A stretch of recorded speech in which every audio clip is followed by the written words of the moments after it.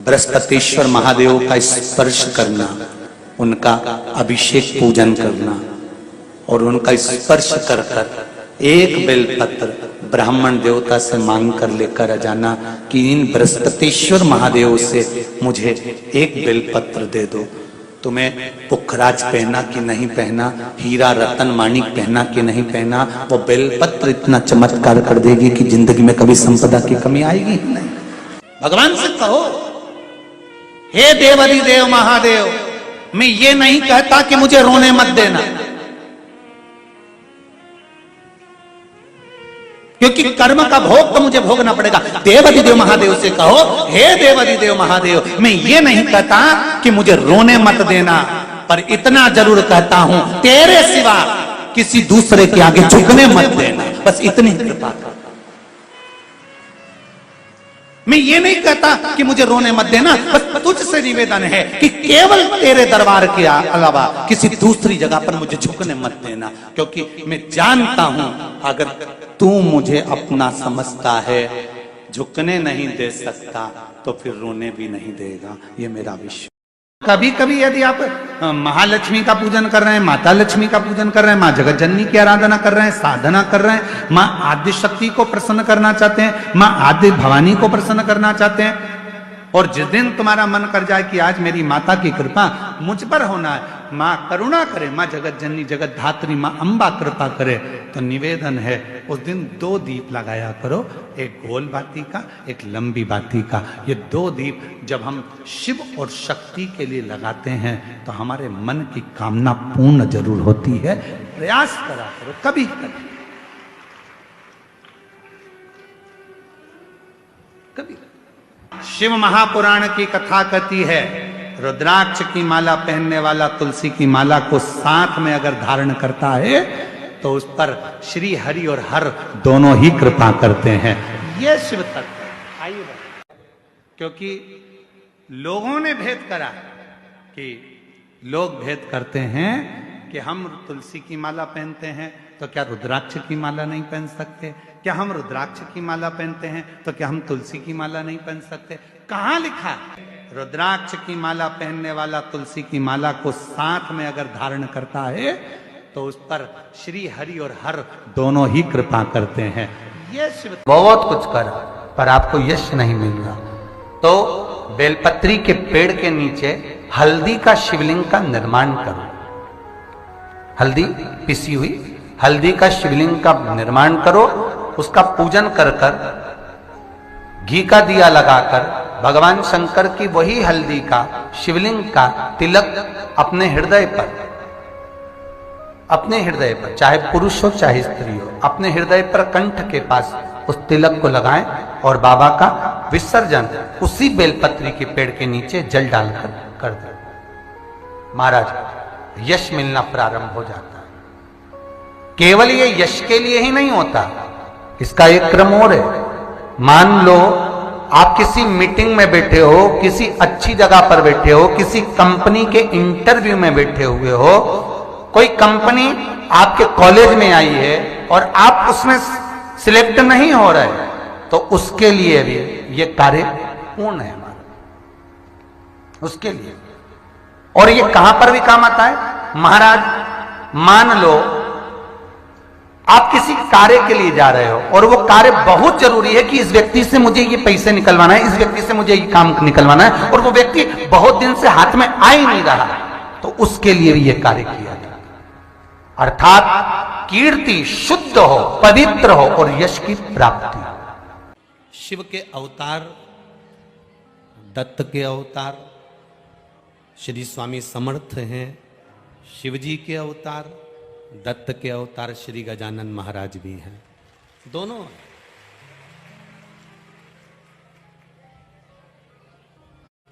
एक ने श्री स्वामी समर्थ जी ने मिर्ची को खाकर भी भगवत भजन कर कर परमात्मा की शरणागति प्राप्त करी है। गजानंद महाराज ने झूठी पत्तल में से चावल का दाना उठाकर भगवत भजन कर कर अपनी जिंदगी का आनंद पाया।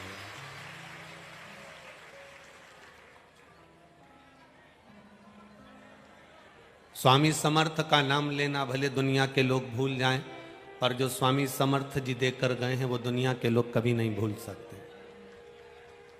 स्वामी समर्थ जी ने और श्री गजानंद जी महाराज जी ने दोनों ने एक बात बड़ी सुंदर दी है।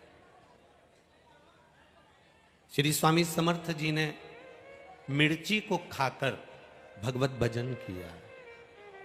आज भी महाराष्ट्र के लोग भोजन की थाली में सब कुछ भूल जाते हैं पर ठेसा नहीं भूलते हैं।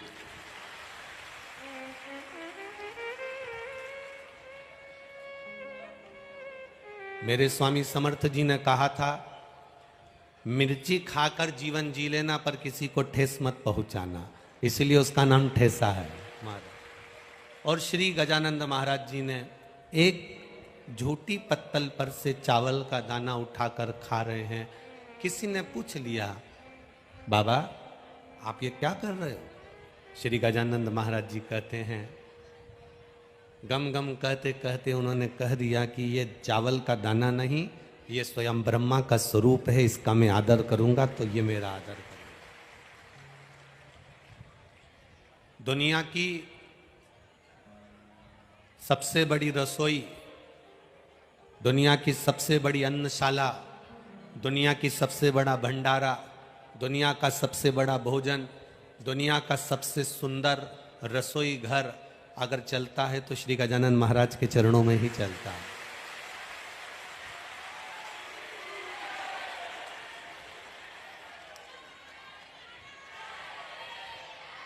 उसकी शरणागति, उसके चरणों का रस तत्व, उन्होंने गजानंद महाराज ने अपने भक्तों से एक ही बात कही कि मैं भले ना हूं इस पृथ्वी पर, मैं भले ना रहूं इस भूमि पर, समाधि लीन हो जाऊंगा, पर जिस पत्तल पर मैंने झूठा चावल का दाना खाया है उस अन्न को मैं अमृत बनाकर जाऊंगा। जो यहां पाएगा वो सब रोग से मुक्त हो जाएगा। वो अमृत तत्व संत की वाणी, गुरु की वाणी दे जाती है। पूरा महाराष्ट्र, संपूर्ण महाराष्ट्र की भूमि संतों से भरी पड़ी है। आपकी भाषा में कहते हैं, महाराष्ट्र संता सून भरून आहे। सारा महाराष्ट्र संतों से भरा पड़ा हुआ। और यहां जितने लोग कथा सुनने आए हैं ये भी संत हैं, क्योंकि बहुत दूर पार्किंग हो जाती है, वहां से पैदल पैदल पैदल पैदल पैदल पैदल चलते चलते मंजिल तक पहुंच जाना और बैठकर कथा को श्रवण कर लेना, ये किसी संत का ही लक्षण है, किसी दूसरे का नहीं है। छेड़ने में और छूने में दोनों में जमीन आसमान का अंतर है महाराज। काय में जमीन आसमान का अंतर है, छेड़ने में और छूने में जमीन आसमान का अंतर है। छेड़ने में जूता मिल जाता है और चरण छूने में आशीर्वाद मिल जाता है, दोनों में अंतर। किसी को आपने छेड़ दिया, किसी को आपने अपशब्द कह दिया, किसी को आपने ताना दे दिया, किसी को अपशब्द कहा, किसी को कुछ कह दिया, तो कोई आपको मार सकता है, कोई आपको अपशब्द कह सकता है, कोई आपको ताना दे सकता है, कोई आपको गाली दे सकता है। पर जो मार्कंडे बाबा जैसा नियम बनाकर चलता है कि चरणों को प्रणाम करना है, चरणों में झुककर नमन करना है, दंडवत करना है, प्रणाम कर कर चलना है, जिसने अपनी जिंदगी में चरण को छूना सीख लिया, जिसने झुकना सीख लिया, जिसने प्रणाम करना सीख लिया, माता पिता गुरुजन को, घर के बुजुर्ग जन को, घर के बड़ों को जिसने चरण छूना प्रणाम करना प्रारंभ कर दिया, फिर उसके सिर पर कोई टोपी है ना है, उसके सिर पर कोई ताज है ना है, उसके सिर पर कोई मुकुट है ना है, पर जो माता पिता गुरु और घर के बुजुर्गों का आशीर्वाद लेकर सिर पर हाथ रगवा कर जो चलता है, समझ लो उसके ऊपर दुनिया का सबसे बड़ा ताज होता है, सबसे बड़ा मुकुट होता है। भगवत भजन की ओर आपकी जागरूकता हो, भजन की ओर आपकी एकाग्रता हो, भजन की ओर आपकी दृढ़ता हो, उसमें जो सुख का अनुभव होगा उसमें एक आनंद ही आनंद होगा। श्री स्वामी समर्थ जी ने, शेगांव के श्री गजानंद बाबा जी ने अपनी बात को एक सहजता में कहा, एक सहज विषय में कहा। श्री गजानंद महाराज जी कहते हैं कि एक अन्न का दाना भी उस परमात्मा ने दिया है तो कुछ हमारा एक भक्ति का कोई फल प्रकट हुआ होगा, कोई भक्ति का एक बीज स्फुटित हुआ होगा, कोई भक्ति का एक बीज प्रकट हुआ होगा। इसलिए ये पावन अन्न भी हमको भोजन के लिए प्राप्त हुआ है। गजानन महाराज जी ने एक बात बड़ी सुंदर की, स्वामी समर्थ जी ने अपने जीवन में एक बात बड़ी अच्छी की, भजन और भोजन का मजा, भजन और भोजन का आनंद आपकी युवान अवस्था के अंतर्गत है। आपकी जैसी अवस्था है, शिव महापुराण की कथा कहती है, जिस अवस्था में आप अभी हैं, बचपन अवस्था है आपकी, जवानी अवस्था है आपकी, अधेड़ी है अवस्था में है आप, बुढ़ापी अवस्था में हैं आप जिस अवस्था में, उस अवस्था के अंतर्गत आप भजन का भी आनंद ले सकते हैं और भोजन का भी आनंद ले सकते हैं। उस अवस्था के अंतर्गत आप परमात्मा के गुणगान का भी आनंद ले सकते हैं और भोजन का भी ले सकते हैं। युवान अवस्था रहे तो उसका मतलब ये नहीं है कि हम उसको व्यर्थ गंवा दें। बचपन मिला, जवानी मिली, हम उसे व्यर्थ गंवा दें, ये श्रेष्ठता नहीं है हमारी अवस्था के अनुसार। हम बचपन हैं तो अवस्था के अनुसार भजन भी हमारा बलवान होना चाहिए। हमारी युवानी अवस्था है, जवानी अवस्था में है, हमारे भजन का बल और बड़ा होना चाहिए। अवस्था के अनुसार हमारे भजन के बल को हमें बढ़ाना। मां जानकी जी ने एक चिड़िया को कैद में रखा था तो मां जानकी जी को कैद में रहना पड़ा। राम जी ने छुपकर बाली को बाण मारा था, वही बाली ने छुपकर कृष्ण अवतार में भगवान कृष्ण को बाण मारा था। कर्म कब हो?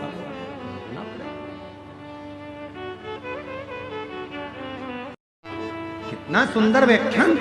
कश्यप बाबा का कथा आती है, कश्यप ऋषि की कथा आती है।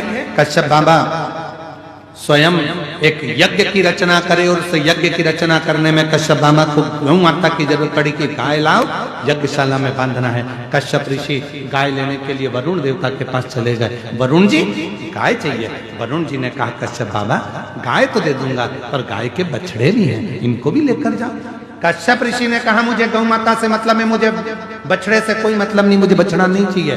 खूब समझाया वरुण बाबा ने पर नहीं माने कश्यप ऋषि। आखिरी में फिर यज्ञशाला में पहुंचे। विद्वान ब्राह्मणों ने कहा इस यज्ञ को पूर्ण करने के लिए गौ माता की जरूरत है, गाय ला कर दो। कश्यप ऋषि गए, आधी रात को वरुण जी की गौशाला में जाकर गौ माता को खोल कर लेकर आ गए। उनके बछड़े रंभाने लगे, चिल्लाने लगे बछड़े। जब गौशाला में से बछड़े की आवाज आई, वरुण जी दौड़ कर गए। जाकर देखा बछड़े रो रहे थे। क्या हुआ? गौशाला में जाकर देखा तो गाय नहीं थी पर बछड़े थे। मालूम पड़ा कि कश्यप ऋषि यज्ञ को कराने के लिए गाय लेकर चले गए। बछड़े खोलकर कश्यप बाबा के यज्ञशाला में वरुण जी पहुंच गए। वरुण जी ने कहा कश्यप बाबा आप यज्ञ करो, मना नहीं है, आप गौ माता को रखो, मना नहीं है, पर इन बछड़ों को भी साथ में रखो। गाय बिना बछड़े के कैसे रहेगी? बछड़े के बिना गाय सुनी और गाय के बिना बछड़ा सुना। कश्यप ऋषि नहीं माने। यज्ञ करने के लिए केवल गौ माता की जरूरत है, इसलिए गाय को रखूंगा, बछड़ा नहीं चाहिए। वरुण जी ने हाथ जोड़ लिए, आप या तो गाय वापस कर दो या फिर बछड़े रखो। पर कश्यप बाबा नहीं माने। आखिरी में वरुण जी जाते जाते कह दिया, सुनो कश्यप ऋषि, तुम ऋषि हो गए अपनी जगह के, संत हो गए अपनी जगह के, मैं वरुण आज श्राप देता हूं, तुम्हारा अगला जन्म वसुदेव के रूप में होगा। और जैसे मेरे बछड़े अपनी गाय के लिए रो रहे हैं, वैसे ही तुम भी अपनी औलाद के लिए रोओगे। और वो वसुदेव जी के घर में बच्चे हुए और रोना वसुदेव बाबा को पड़ा, रोना वसुदेव जी को पड़ा। कर्म का दंड मनुष्य को भोगना है। अगर परमात्मा ने हमको अच्छा हाथ दिया, अच्छा पांव दिया, नेत्र दिया, शरीर दिया, सारा शरीर अच्छा बनाया, परमात्मा को धन्यवाद देना, ये तेरी कृपा से प्राप्त हुआ, तूने दिया, तेरी करुणा से। जिस स्त्री के रजो धर्म में, रजो धर्म के समय पर कोई नारी कहती है पेट दर्द होता है, कोई कहती है रजो धर्म नहीं आता, कोई कहती है रजो धर्म रुक जाता, वो नारियां जो बहुत उदर से जुड़ी हुई कहीं ना कहीं तकलीफों में होती हैं, अगर मां प्रतिंगिरा का स्मरण कर कर एक चावल का दाना, भगवान देवाधिदेव महादेव जिस जलाधारी पर, वो जो गोल जलाधारी है, जिस जलाधारी पर शंकर का शिवलिंग रखा हुआ है, उस जलाधारी पर कहीं पर भी एक चावल का दाना या तो मां दंतेश्वरी का नाम लेकर या प्रतिंगिरा माता का नाम लेकर अगर चढ़ा देती है, तो उस नारी के रजो धर्म से जुड़ी जितनी प्रॉब्लम है वो सब समाप्त हो जाती है। यहां तक प्रतिंगिरा माता का। माता पार्वती को शंकर भगवान ने 2 वर दिए थे, पति पत्नी में झगड़ा होगा, आपस में प्रेम बढ़ेगा। आज भी पति पत्नी में झगड़ा होता है, दोनों में प्रेम बढ़ता है। कितना भी झगड़ा कर ले, आखिरी में पति घर आकर पूछता जरूर है, क्यों तेरी मम्मी कहां गई? तुरंत पूछे, तुरंत। काशी में जो मरेगा उसके कानों में गुरु मंत्र आपको देना पड़ेगा। इसलिए काशी में मरने वाले का सीधा कान मरते ही टेढ़ा हो जाता है, क्योंकि पार्वती जी ने शिव जी से वर मांगा था, सीधे कान में मंत्र देकर आप मोड़ देना, मैं समझ जाऊंगी कि आपने गुरु मंत्र दे दिया। काशी अभिमुक्त नगरी है, जिसमें मंत्र प्राप्त करने पर मोक्ष की अनुभूति हो जाती है, मोक्ष पद प्राप्त। शिव पुराण कह रही है। महाराज शिव जी को एक बार क्रोध आया, उस क्रोध को ब्रह्मा जी ने घोड़े का रूप दिया, घोड़ा समुद्र में जाकर फेंका, जलंधर की उत्पत्ति हो गई। जलंधर का विवाह वृंदा के साथ में हो गया। वृंदा पतिव्रता धर्म का पालन करने वाली थी, पति को परमेश्वर मानने वाली थी, पति के चरणों का नित्य स्मरण करने वाली थी वृंदा। भगवान की भक्ति में वृंदा ऐसी डूबी, ऐसी डूबी। इधर पति गलत काम कर रहा है और वृंदा भगवान का भजन कर रही है। शिव महापुराण की कथा कहती है, हमारे घर में, हमारे परिवार में, हमारे कुटुंब में कोई एक व्यक्ति ऐसा भगवान देता है जिसके भजन के कारण बस हम सब अपनी जिंदगी सुख से जीते हैं। कोई एक व्यक्ति हमारे परिवार में ऐसा होता है, कोई एक। आप इस अभिमान में मत रहना कि आपका दिया खा रहा है, नहीं नहीं, परिवार में जरूर कोई ऐसा व्यक्ति होगा जिसकी भगवान उसकी कृपा का हमको दे रहा है। सबको धन्यवाद देते रहा करो, जब मर्जी मिले तब। बेटी अपने भाग्य का, बेटा अपने भाग्य का, माँ अपने भाग्य का, पति अपने भाग्य का, पत्नी अपने भाग्य का। कोई किसी का नहीं खाता, सब अपने भाग्य का खाता। और आपको जहां जिस जगह का लिखा होगा कि आपको यहां का भोजन करना है, गए थे किसी के यहाँ शादी में, कई बार शादी में भी खाना खाकर नहीं आते, दूसरी जगह खाना पड़ता। मामा जी के यहाँ चले गए, मौसी जी के यहाँ चले गए। क्यों? तुम तो शादी में वहां गए थे, माँ का खाना नहीं लिखा था, माँ का अन्न नहीं लिखा था, आप दूसरी जगह पर जाकर खा लेते। माँ का नहीं लिखा। शिव भक्ति प्रबल भक्ति। महाराज वृंदा का सातित्व बड़ा प्रबल था, जिससे जलंधर बच जाता था। अब की बार भगवान नारायण ने भगवान शिव जी से कहा, भोलेनाथ इस जलंधर को मार दीजिए। शंकर भगवान करे जलंधर को मारने में मैं देरी नहीं करूंगा, पर वृंदा का सातित्व भी तो डिगाना पड़ेगा।